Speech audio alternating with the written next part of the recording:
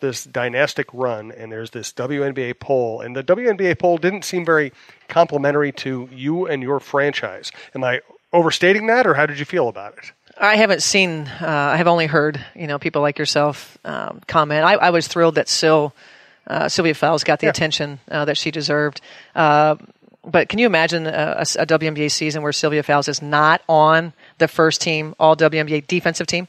That happened, and she was not on the second team. So Sylvia Fowles was not recognized for her defense last year. It's just absurd. So you can't control those things, and I really don't care. I want, obviously, I want our players to, get the recognition that they deserve. But at the end of the day, all that stuff really means nothing. It's just something interesting for people to read and get them excited. We didn't pay much attention to it even, during the dynastic years.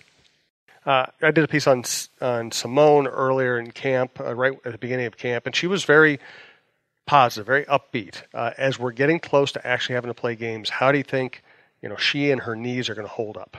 Well, I wish they'd cooperate, because I think Simone, she has worked incredibly hard this offseason, probably harder than the couple of off seasons prior to this one. She's ready, she's ready for, kind of the end of her career, to look like what she wants it to look like.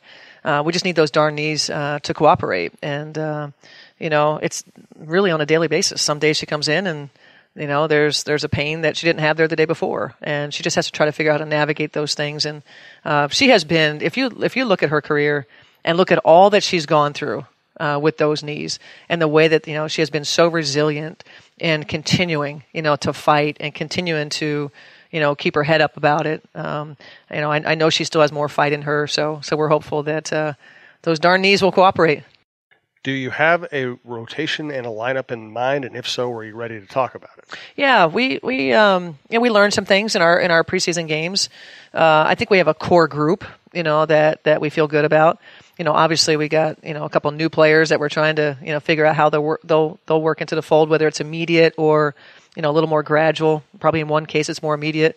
There's more opportunity in the guard play, I think. So I liked what we saw in Odyssey, obviously. Danielle will play better, as we open up on Chicago.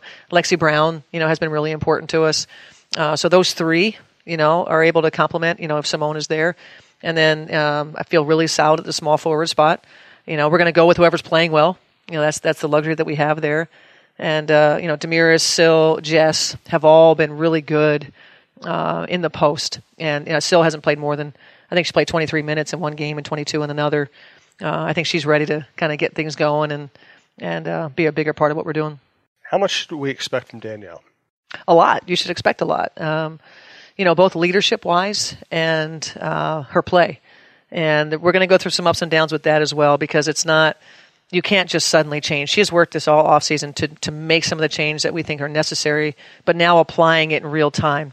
There are going to be some days it's going to go well, and there's other days it's not going to go as well. And how she handles those days and how she handles me, the way that I am maybe pushing her, that's all going to be key in her ability to be successful. If she lets me, I told her, we don't want to just be good or average. You want to be great. And that's why you're here. And, I think we can help her with some things. Obviously, she's a worker.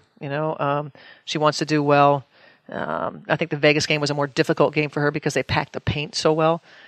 Each team only scored 10 points in the paint, which is absurd. That's a low number. But that's what the identity of both teams are. You can't score in the paint. So Danielle had a little bit more difficult time, and so I think was a little more frustrated. So I think she's going to be ready after this week of practice, and then as we open up against Chicago, we need her. We need her to be really good. And how's her shot looking? Good, if she takes it. That's the biggest thing. She worked all off season, and she turned down some shots.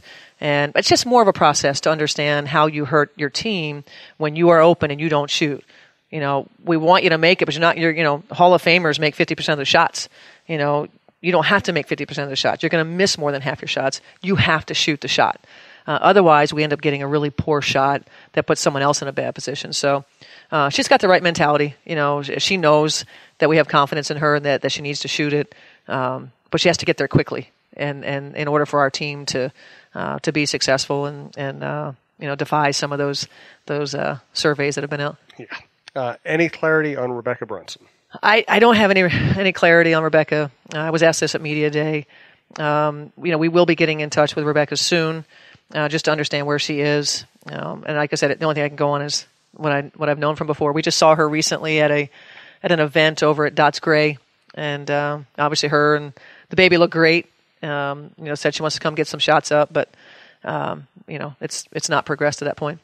Let's ask one more question to kind of set up Saturday's game. We're recording this on Thursday afternoon, if you're curious. Once again, thank you to all the sponsors that make the network and the show possible. We'll be at Poorhouse, downtown Minneapolis on 5th Street, right by the Dillon mural. On Tuesday night at 6 o'clock, we will take live questions. We will give away those 2 tickets. We will continue to give away tickets during the season. Thanks to Nick Henry for that.